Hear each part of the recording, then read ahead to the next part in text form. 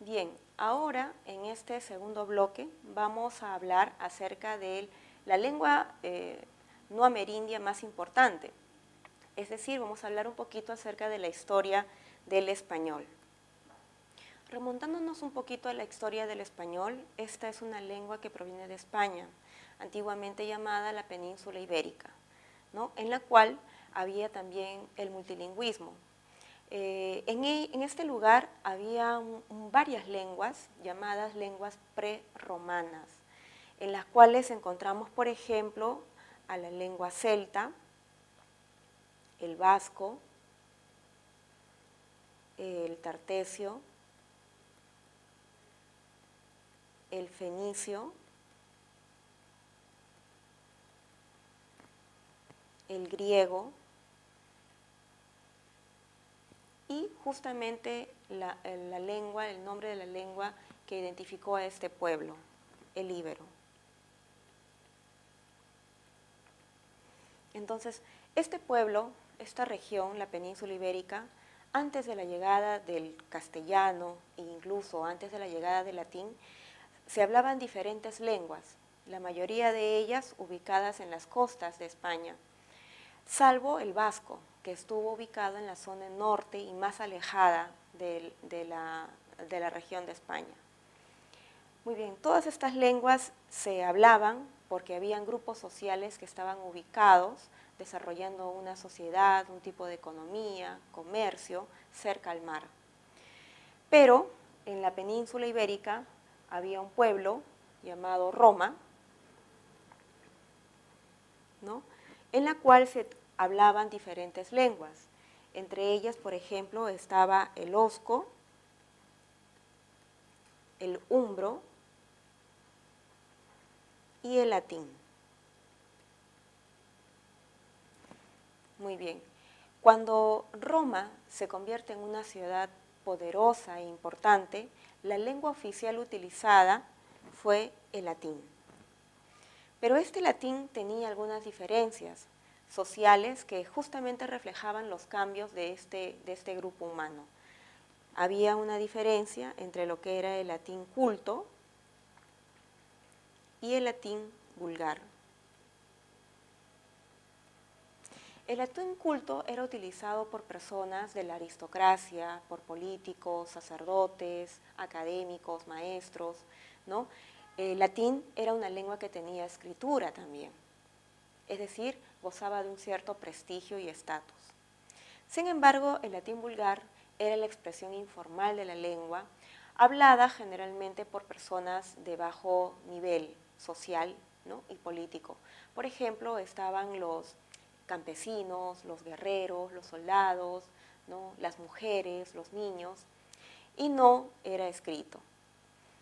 Muy bien, cuando Roma forma un ejército, el Imperio Romano se encarga de expandir esta lengua y de mezclarla con las demás lenguas que se hablaban en diferentes partes de Europa.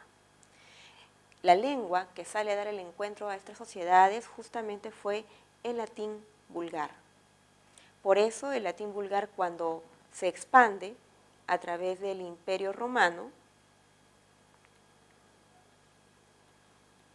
empieza a generar dialectos o variaciones, cambios con las demás lenguas. Es así que surgen las llamadas lenguas romance.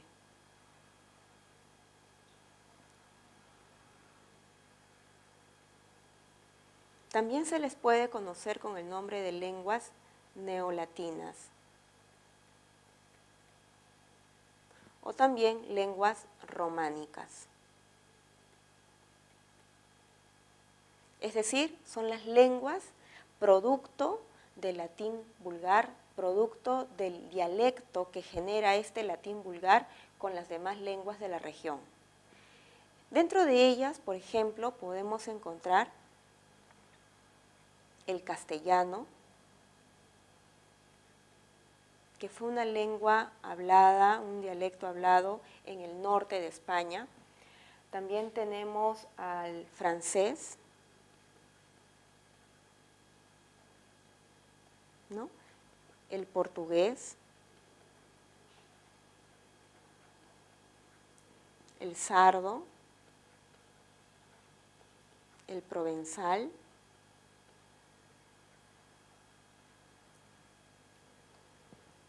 el rumano, el romanché,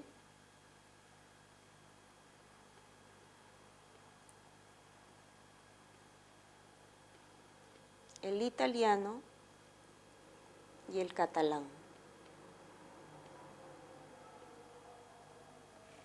¿no? De todas estas lenguas podemos considerar que la lengua romance más importante fue el castellano.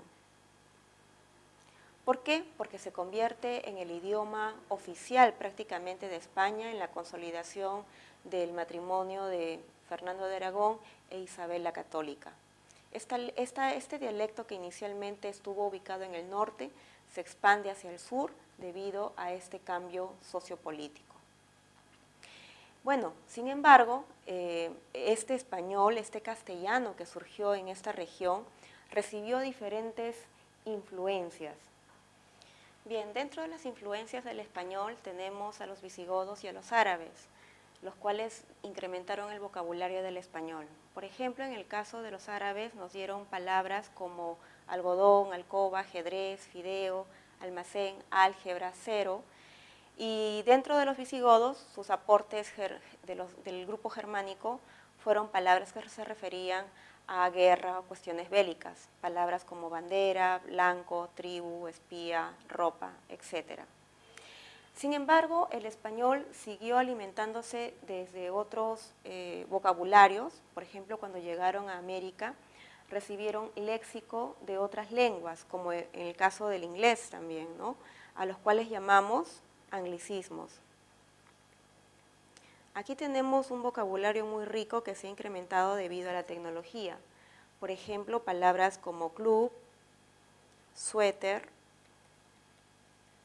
pijama,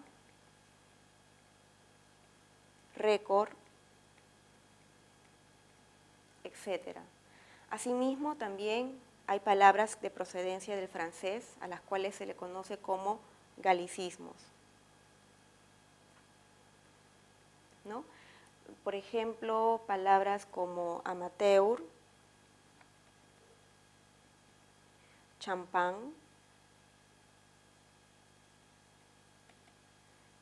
gourmet, cofre, corsé, etcétera, ¿no?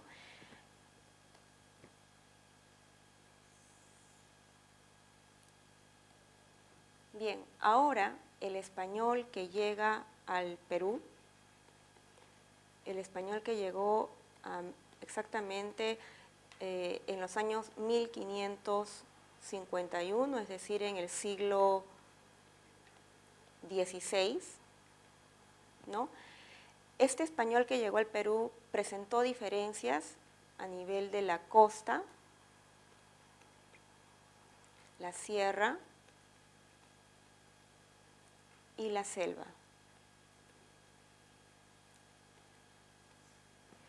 ¿Por qué el español no es una lengua homogénea? Porque de acuerdo al lugar, a la región, a las personas, a los hablantes, presenta variaciones y cambios en lo fonético, en lo léxico, hasta en lo morfológico. A esos cambios los conocemos con el nombre de dialectos. Entonces, el español que se habla en el Perú presenta variaciones según las regiones. Por ejemplo, en el caso de la costa, se distingue mucho el ceseo, que quiere decir la pronunciación del sonido S ante palabras como zanahoria o zapato, así como siesta o seis. En la sierra, por ejemplo, la diferencia se marca mucho en la estructura de la oración. Por ejemplo, en los casos de los pronombres átonos, dicen lo vi, lo llamé, lo busqué. Utilizan inadecuadamente algunos pronombres, incluso la construcción de la frase es diferente. De la misma manera, en la sierra se puede percibir algunos cambios fonéticos, ¿no? Diferencias entre vocales, ¿no? Reemplazan una vocal por otra, o también se puede notar por la elisión de algunos sonidos. Por ejemplo, en lugar de decir ciudad, se articulan ciudad. Y en el caso de la selva, por ejemplo, es muy marcada la diferencia entre las frases, ¿no? Por ejemplo, construyen frases como de mi hijo, su mujer, ¿no? Entonces, el español es una lengua que ha ido variando a través del tiempo y por esa razón en América ha habido muchas lenguas que han influenciado en esta lengua. Por eso el español en la actualidad se está enriqueciendo ya no de esas lenguas antiguas como el árabe o como las lenguas germánicas, sino que ahora se está alimentando mucho de las lenguas nativas. Por esa razón, el español actual recibe americanismos. Es decir, el español se está incrementando con palabras del quechua, del nahual, del taíno y de otras lenguas, ¿no? Por ejemplo, la palabra chocolate, ¿no? La palabra oyuco, ¿no? Que son palabras que se han incorporado dentro del léxico y probablemente el español siga cambiando en ese sentido.